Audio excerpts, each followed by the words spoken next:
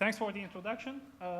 Today what I'm going to do is to talk about how in recent years we've been working on leveraging emerging memory technologies to design accelerators for important classes of workloads, including machine learning, linear algebra, high performance computing, and others.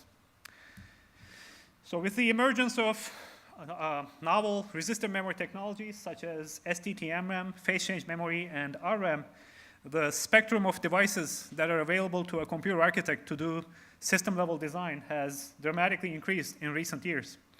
These devices are initially being explored as replacements for today's SRAM, DRAM, and flash-based memory hierarchies.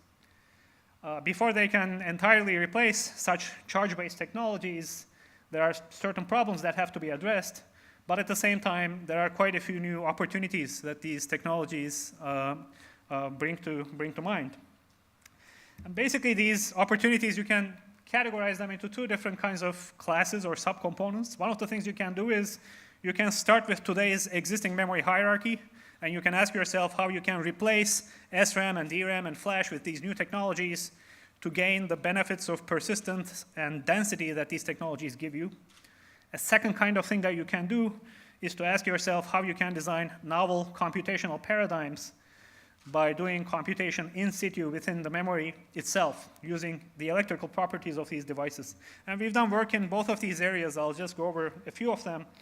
For example, by replacing DRAM with phase change memory, it becomes possible to design byte addressable persistent memory modules which blur the distinction between I/O and memory, or rather storage and memory, and leads to dramatically faster I/O performance than today's systems.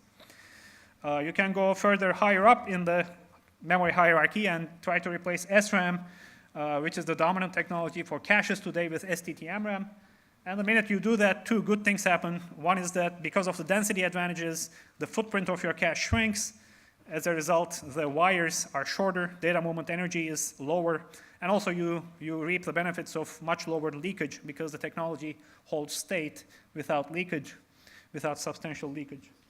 You can even go a step further and try to push STT MRAM into the processor cores themselves, where we rely on various different microarchitectural queues, issue queues, load, store queues, reorder buffers, various different prediction structures, right? Branch predictors, branch target buffers, all of which, if implemented with these denser technologies, actually give you greater capacity under a fixed cycle time and lead to more aggressive processor designs.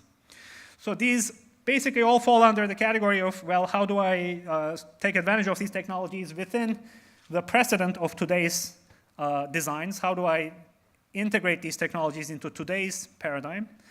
Yet there is something else that you can do, which is to say, by leveraging the electrical properties of these devices, I may be able to compute within the memory cells themselves. In other words, rather than trying to read operands out of bit lines and word lines, I can actually get to read computational results out of the arrays themselves. And this lets us build accelerators for certain classes of workloads to make them go much faster than general purpose computing.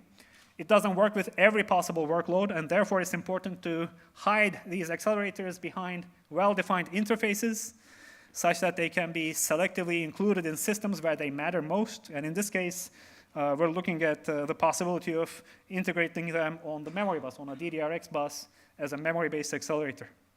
So today I'll talk about some of the work that we've done in designing accelerators for these important classes of workloads. And in particular, I'll pick two pieces of work that are related to each other, one of which looks at how to accelerate combinatorial optimization and machine learning workloads, and another one which is more recent ongoing work on what to do about sparse linear algebra and linear solvers. Okay, so I'll first start with combinatorial optimization, which is a branch of discrete mathematics which is concerned with finding the optimum element of either a finite or countably infinite set.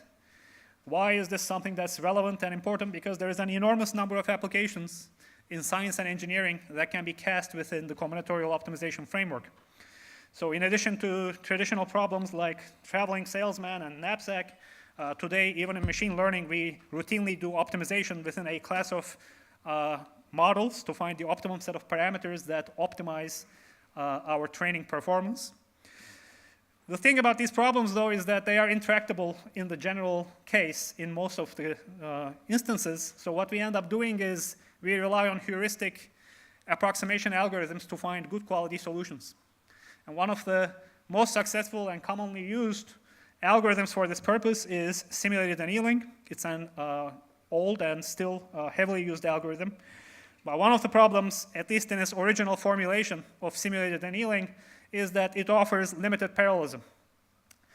To address this problem in the 1980s, simulated annealing was reformulated in the form of a massively computational model referred to as the Boltzmann Machine. And today the Boltzmann Machine has once again come into vogue and gained a lot of attraction because it's one of the most effective ways of training deep neural network models. So, is that the same as simulated annealing? well, it is parallel simulated annealing. I will explain what it is in a second. Yeah. So that's exactly the right question. What exactly is this Boltzmann Machine? It's an abstract way of doing optimization. You should think of it as massively asynchronous parallel simulated annealing. The way this works is a Boltzmann machine is an abstract machine. You should think of it as an undirected, fully connected graph with weighted edges. Every node within this network, within this graph, has two states. It's either in a 0 state or a 1 state. And the whole point is that by adjusting the states of these units, we are able to minimize a particular network parameter called network energy. I'll explain what that is in a second. Okay, so every single unit is going to operate independently of every other unit simultaneously in asynchronous parallel mode to arrive at the correct state. And to understand what this network energy is, we need to first get to the concept of an active edge. So if you look at all of the edges within this graph, and look at only those that have two incident nodes, which are both in the 1 state, those edges are called active edges. Any edge that connects to at least one node in the 0 state is called inactive. To find the network energy, we simply sum the weights of all of the active edges, and then multiply that by -1 to turn it into negative. That's the network energy. So what this algorithm does is it tries to minimize network energy, and to the extent that you can map your combinatorial optimization problem to this model, we have effective algorithms that find high-quality solutions, and we will see how to do that as well. So It's the same as the icing model. this is modeling the icing model, exactly. Right. If you're familiar with the icing model, think of this as the icing model. Okay, so what every unit does to iteratively, independent of every other unit, what it does to perform this optimization is it asks itself a basic question. It says, if I were to flip my state now from a 0 to a 1 or a 1 to a 0, how much would the total network energy change? And depending on the magnitude of that change, it samples from a particular distribution, from the Boltzmann distribution, in fact, to probabilistically flip its state. And within a finite amount of time, the network converges to a low energy state. So here's an example. In this particular network, the total network energy, so all of these red edges are the ones that are currently active, and the total network energy is 4, which is the sum of all these weights multiplied by -1. We can do several rounds of optimization. We can tell these nodes, hey, go and optimize, find a better configuration, and as a result of that optimization, we may find this new configuration in which the network energy has become -1. So that's how the Boltzmann machine works briefly. What can you do with it? To do something with it, you have to be able to take a problem that you care about and map that problem onto the Boltzmann machine. This is problem specific, but there are some very general guidelines that you follow in doing that. I picked an example from maximum cut, which is one of the easiest to understand. So the first step that you take, the maximum cut problem, of course, is one where you are given a graph. You're trying to find a cut through that graph to separate it into two subgraphs such that you maximize the sum of all of the weights of those edges that connect one subgraph to the other. So first you choose an instance of the Boltzmann machine, and for the maximum cut problem, this is easy because it's exactly the same topology as the graph that you started with. Then you adjust the edge weights, in this case by multiplying the edges by -2 and assign the self edges, the self loops. Then you randomly initialize the network state, and you let the algorithm run its course, much like in the icing model as was suggested. And then once the network has settled on a particular configuration, you interpret the result as all of those nodes in the 0 state being one subgraph, and all of these nodes in the 1 state being another subgraph. Okay, so when we look at this particular model and we ask ourselves computationally from the point of view of a computer architect, what's going on? What's going on is we're doing iterative matrix vector multiplication between the weights and the states again and again and again for every single unit, independently of every other unit. In the past, there have been attempts at trying to optimize this. In the last 5 years, people have tried FPGAs, GPUs, PIM-based ASICs to optimize this computation. It all boils down to trying to get the dot product computation to be somewhat more efficient by implementing specialized functional units, but the data movement energy is still there. Okay, so let us not fool ourselves into thinking that matrix vector multiplication can be dramatically improved unless you change the fact that you're going to memory all the time. Instead, we wanted to design an accelerator where we do in situ matrix vector multiplication. In other words, every time we access these arrays, we're going to compute in the analog domain, and what we read out is not going to be an operand. What we read out is going to be the dot product. Okay, so to do that, we'll rely on resistive random access memory. Just briefly, an RRAM comprises an access transistor and a resistive switching medium, as shown in this picture.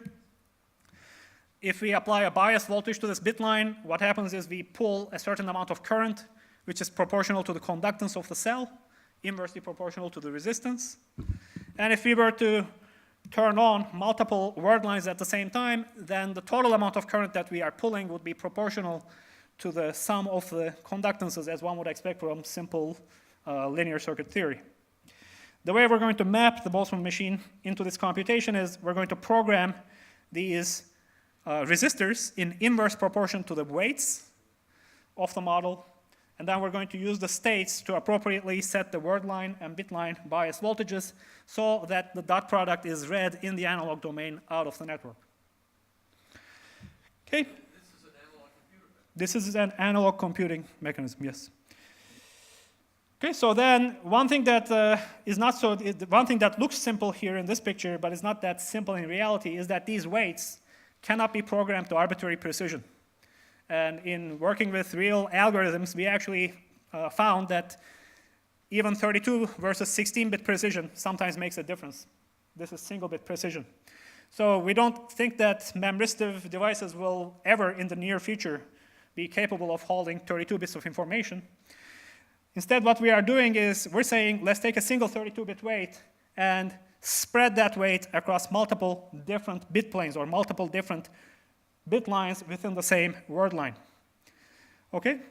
Because of linearity, we can simply compute on different bit positions, and then once we have these decomposed results, in the end, we'll be able to put everything together and make sense out of the result without having to require high precision. So every memristor here is going to be in either a 0 or a 1 state. We don't need any high precision programming or sensing. So the first thing that we do is we rely on this peripheral circuitry to hold the state. The state constantly changes during computation. We don't want to have to rewrite memristors very frequently at all. We are then going to have a column sense amplifier. This is an A to D converter that is going to read out the result and generate or resolve 1 bit of the dot product per cycle. Because of the need to keep the ADC small and simple, because we don't want the ADC to be 10 times bigger than the array itself, we are limited to operating only on 32 word lines at a time. So we're going to perform a piece of the dot product or matrix vector operation, and then we are going to go on to the next 32-bit chunk. So we'll select these particular word lines. The ADCs will start producing the appropriate bit streams. We're then going to pad these with zeros to align them to their appropriate bit positions within the operand. And then we're going to do serial addition. What's going to shift out of this particular array is simply a bit stream that corresponds to the result of the matrix vector multiplication. This is just a single array. We, of course, have multiple arrays. We have a hierarchical chip organization, as is common in memory design. So what we're going to do is we're going to get these operands that are being shifted out of different arrays, and we're going to use a reduction tree to combine these various different matrix vector multiplication results into a single operand, which we will then pass on to a controller that resides on the same DIMM where these chips reside. Okay, so this sounds reasonable. We also need a way for software to interface with this. And rather than designing a novel interface, we want to attach to existing buses. We don't want to make any modifications to existing motherboards, existing hardware. Ideally, this would reside on a DDR3 module, which you can plug into your motherboard and just start using it if you have an appropriate library. And to make that possible, this library that we created performs unordered, uncacheable writes and reads to and from the memory to communicate to the controller that's on this DIMM.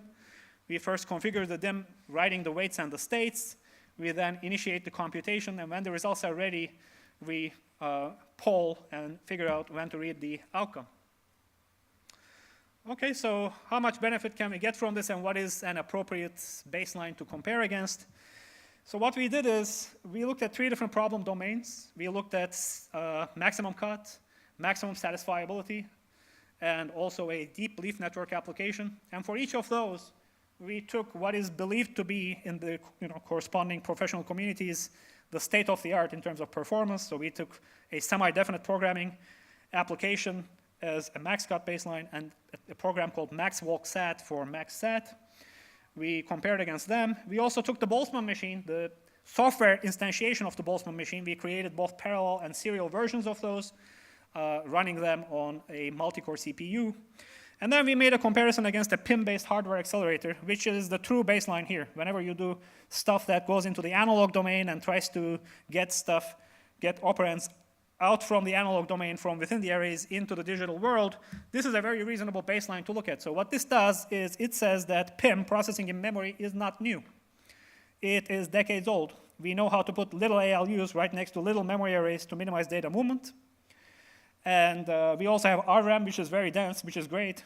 So the first thing that would come to mind is a digital PIM implementation in which you would have RRAM-based arrays and CMOS logic gates that are right next to it. This would give you quite a bit of benefits. So how much can you do on top of this? How much is this in situ computation bringing to the table, given that you're already capable of doing something like this? So here's what the results look like. As one would expect, so the y-axis here is energy and the x-axis is execution time. Compared to this multi-threaded version of the Boltzmann machine, as you would expect, you get 38 to 16x benefits, 2 orders of magnitude benefits along the 2 dimensions that you care about.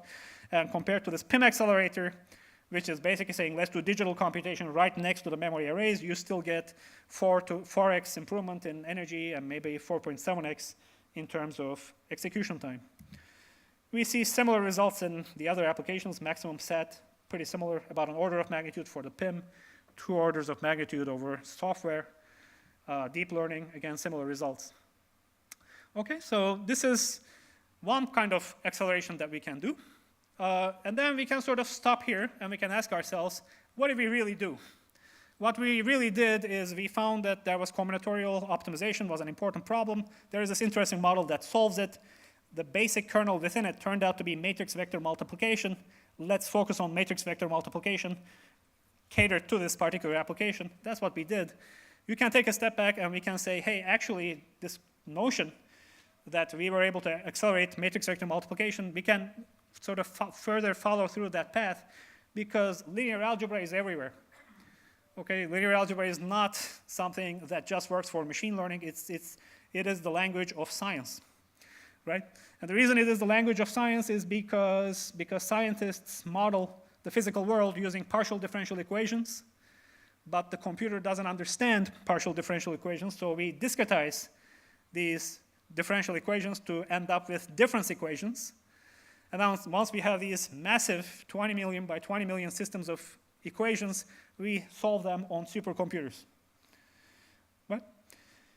So maybe we can actually attract, the interest of scientists to go after this problem, which is trying to fix the problem with linear solvers so that we don't need a supercomputer and months of computation, but rather maybe days of computation or less than a day of computation on a simple board if we can understand how these algorithms work.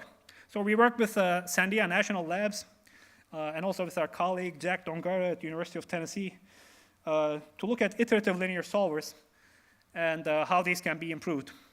So if you think about solving a linear system, literally AX equals B, which is what supercomputers are doing all the time, they're not doing Gaussian elimination as we were taught in school because that takes too long. Today's high-performance linear solvers are iterative solvers. In other words, they make a guess at the solution, a random guess to begin with. Then they iteratively improve upon that guess, cycle after cycle, until eventually they reach a certain convergence criteria until they know that they're close enough to be acceptable to the solution, and then they stop. So our idea here is that if we were to design some sort of an accelerator based on memristors, it will probably be an approximate accelerator because all of this is in the analog domain. It's not going to give you the exact answer. But that's okay, because what we can do is, because the software itself is iterative, we can run on this approximate accelerator to get a good enough result, then pass that as a seed to a digital solver running on an actual digital computer and skip a whole ton of iterations. Okay, so rather than doing iteration after iteration after iteration here, why don't we start with something that's already quite good and just refine it and take it to completion? Why is that good? Because then you get the faster solution with the same level of precision. There is no trade-off between precision versus performance. You get both. So how can we design such an accelerator? Well, the key insight here is that if I give you a resistive mesh from basic circuit theory, KCL and KVL, you know that you can write down a linear system whose solution would give you the branch currents and the node voltages. Turns out the converse is also true. Any linear system that you give me, I can show you a resistive mesh whose voltages and currents will correspond to the solution of your problem. Moreover, you can do this with a single topology. It's just a simple mesh. The only requirement is that you have to be able to program the resistors. You have to be able to set the currents, which we can do today because we are soon going to get billions of programmable resistors in a single device, and it is going to be relatively cost efficient and relatively reliable. So we, together with Professor Ji Liu at the University of Rochester, we designed this iterative refinement algorithm. This is essentially a minor modification to a known iterative solving algorithm which relies on iterative analog estimation and digital multiplication, which is guaranteed to converge for any kind of sparse linear system, or any linear system in fact. And then we got some preliminary results. So the preliminary result that we got is that we are 1,500x faster and about an order of magnitude lower energy than a GPU, which is the preferred way of doing this computation with the CG computation, conjugate gradient kernel today. And you can also see that we are actually able to reduce our residuals much faster than CG. Our iterations decay in terms of their error much faster than today's GPU-based computing. So it's not that this is approximate and not as good as today's digital computing. It's just as accurate, at the same time faster. So to conclude my talk, I guess the summary would be that memristors have potential beyond the memory hierarchy. Because of the electrical properties of these devices, it's possible to actually do computation with them within the memory system, within the memory arrays. And the results, even though you may think that they will be approximate at first, by changing the algorithms to take advantage of these approximate results, you can actually get to precision that matches digital performance. And that's all I have to say. Thank you. Yes.